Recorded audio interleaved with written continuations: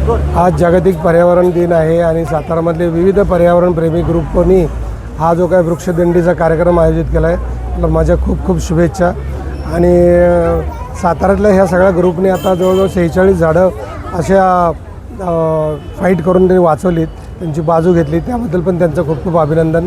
सातारा म्हणजे कसं की नाद नाही करायचा, पण साताऱ्यालाच लई नाद लागलेले आहेत, म्हणजे झाडं वाचवायचे नाद आहेत, ही अतिशय चांगली गोष्ट आहे।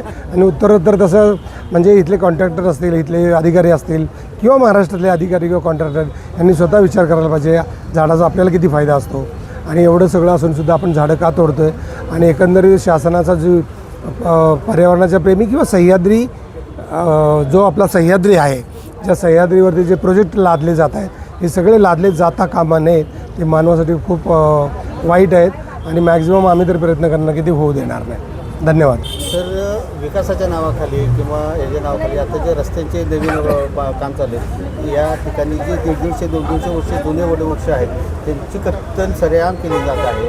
ते सोडून आता साताऱ्यामध्ये सुद्धा जे काय रस्त्याचं काम केलं आहे किंवा रस्ता रुंदीकरण, त्यातसुद्धा रस्त्यांची कत्तल सरेआम केली जाते। असे जे शासनाचे प्रकल्प आहेत यामध्ये मोठ्या प्रमाणात कत्तल होते, या शासनाला तुम्ही काय सांगाल? नाही, शासनानं प्रामाणिक वागावं। ते जे काही झाडं एकाच्या बदल्यात 5 लावतात, ती कुठली झाडं कुठं गेली आणि कधी चेक करायची हा मुळात प्रश्नच आहे। आणि आपणच आपल्या पार दगड का मारावा आणि मग शासनानं जरा स्वतःचं डोकं तपासलं पाहिजे। आपण ज्या वृक्षांचं हे सुद्धा केलेलं आहे, अनाथ आश्रम चालू केले, अशी वेळ काय यावी सर?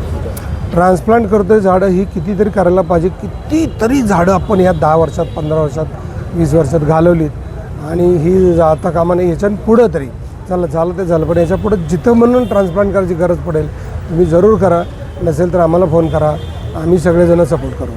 तर एक व्यक्ती म्हणून किंवा एक संस्था म्हणून तुम्ही हे ट्रान्सप्लांट करताय, पण जे शासन आहे, जे शासनाकडनं पूर्ण अधिकार, ताकद, पैसा सगळे हे असं शासन रस्त्याचं काम करताना जे काय वृक्षांची कत्तल होती, ते कत्तल करण्यापेक्षा त्या झाडांचं त्याच ठिकाणी रिप्लांट किंवा त्या रस्त्याच्या कामाचं जे काय टेंडर असेल त्याच्यामध्ये वाढीव निधीची तरतूद करून ते रिप्लांटसाठी वेगळा निधी उपलब्ध करून ती झाडं वाचवणे शक्य आहे, असं का होत नाही सर?